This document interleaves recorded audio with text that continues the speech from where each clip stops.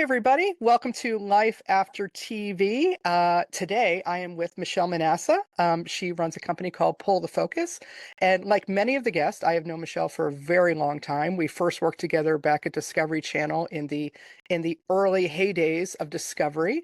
And I wanted to bring Michelle on to talk about because of the roles that she's played in television that isn't necessarily on the creative side, which is still creative. I don't want to dismiss the work that's done, but it's such an important role that I know I couldn't live without them. So, Michelle, welcome. Thank you so much, Shannon. I'm so excited to be able to see you and reconnect and be able to talk about this really important topic. And I look forward to our conversation. Great, great. Okay, so give a lowdown, give a background of your background in television and all the incredible things that you've done. Yeah, well, my background in television is that I spent about 20 years on all sides of the negotiating table as a production manager. And I want to kind of clarify some of the different ways that people enter production management, line producing, all of that.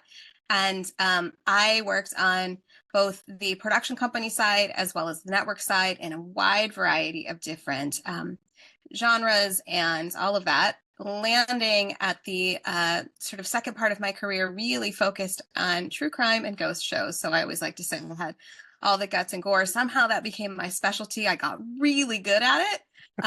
And I did enjoy it and the people that I was working with at the time.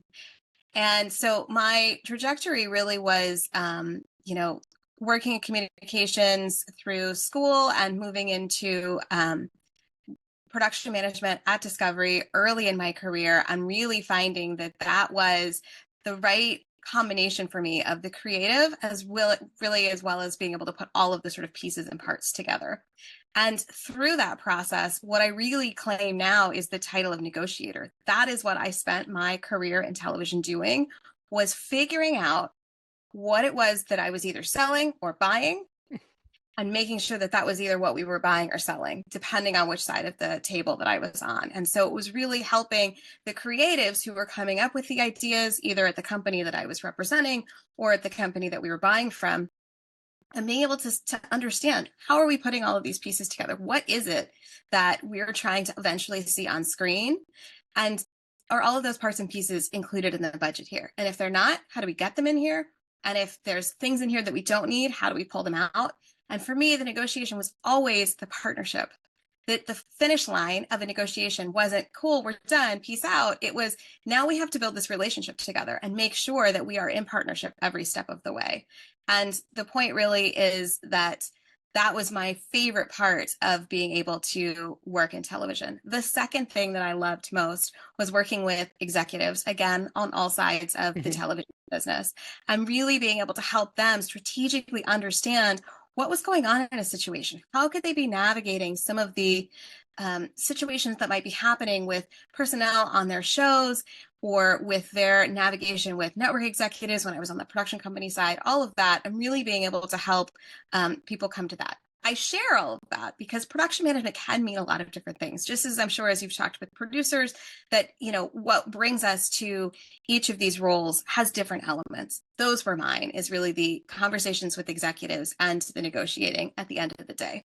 One of the things that I'm going to do a little shout out to production management and line producers is so frequently they are demonized. I would say the only other legal and S&P are two other ones, standards and practices, but production management tends to get a lot of demonization. And part of that is because look, creatives want to think outside the box and do whatever they can. I know I have when I want to produce, and it's like, well, we have to have this, we have to have this drone shot, or we have to have this plane and stuff. But there's real financial, legal, just logistical issues that have to be dealt with. And so a great collaboration with production manager and line producer is, what can I do to help me fulfill this dream that I have or what I want to do?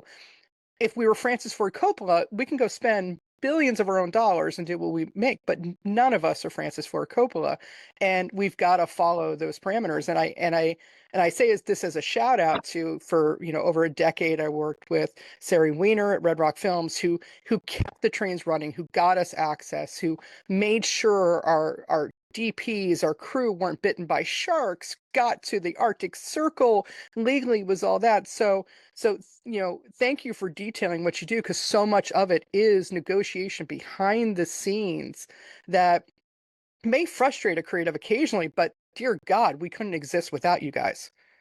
Love that. Thank you so much.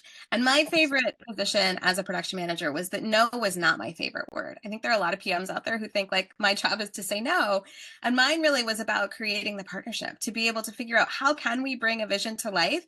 And the creative side of being a production manager or a line producer often is, well, we can't bring in the, helicopters or fireworks or whatever it might be really big, but how can we create the effect? What ultimately is it that you're hoping that your audience is going to walk away with? And how can we find a way within this budget and this framework to make that happen?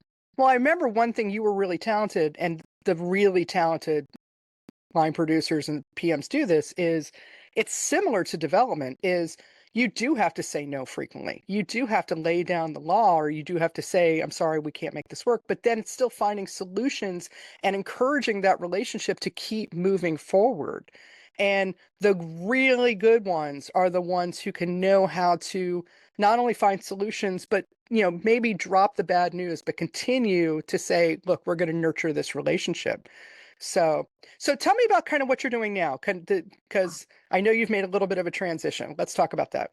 I made a career pivot, and in some ways it's a large one, in other ways it's really in alignment with everything that I just shared. And so now I'm an executive coach, and I support individuals as well as teams and organizations on their leadership development. I work with a lot of women when they are feeling burned out, and I love helping people who are in some kind of career transition. The way I like to describe it is that oftentimes people who feel like they've got like a hum that says, I'm supposed to do something else, or I have a larger impact that I can make. And so really helping them be able to unpack that and figure out what it is that they want to be able to do to thrive. And then, so it's really where I was able to sort of pivot, was taking that love of being able to help people strategically think about a particular situation that was going on, working with those executives in the TV industry, and now being able to use that with my professional coach training and all of my expertise in terms of working with organizations and individuals to be able to do this work now. Would you say that there was something in particular about television about that helped you with this? And I'm going to tee you up a little bit about this, because I think one element of working in television is that we're used to constant chaos. Would you say that was something that kind of helped you kind of in when you transitioned into this? Oh, absolutely. I think that chaos absolutely did.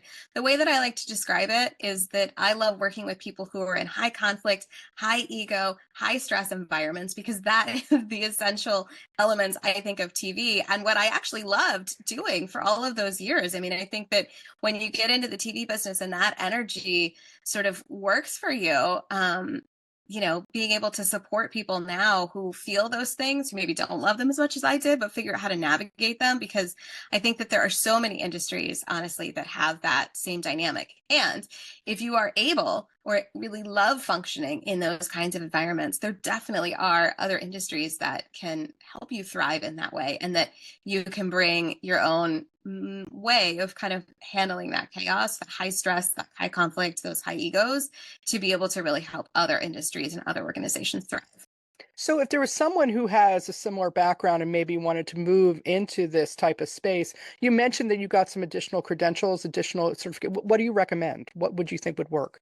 Yeah, so I do, I hear a lot of people who want to move into the coaching space who think, I know how to give advice. I know how to, talk to people. And I think it's really important to understand that professional coaching, which is what I do, I have been trained through a professional coaching training school, as well as a different additional trainings and certifications to be able to help build up my understanding of exactly how I am coaching my clients, which is different from consulting. It's different from mentoring.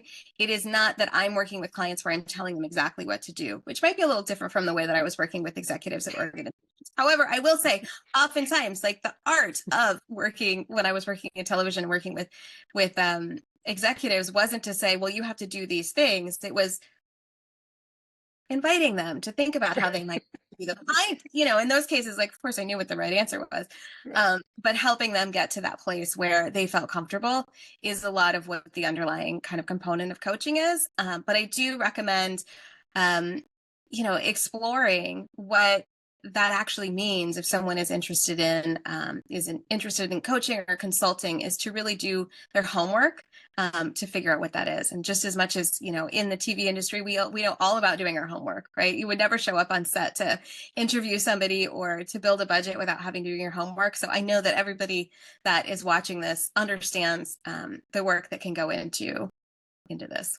I think something that is a recurring theme that's come through is, and I think you've done an excellent job of this, is that it's shifting away. You shifted away from what the job title was, and you focused on this incredible skill set you had, and focused on the skill set and where that skill set is applicable in so many different ways. Would you agree with that? I think in addition to focusing on the skill set piece, it's also figuring out which parts did I love. There were certainly parts of being a PM that were not my favorite. And when I was able to have awareness around what are the parts here that light me up, what are the parts that give me energy at the end of the day, that I feel really, that I've actually felt like I've accomplished something, that I've made an impact. What does that look and feel like? And how can I sort of chase that part of the feeling in other areas? Mhm. And I think for me, I knew that there was a larger impact that I could make in the world. And so it was a lot of searching and, like, turning over rocks to figure out where I might find that. And it took me probably about 10 years to land in a place where coaching was like, oh, this was the thing I was looking for.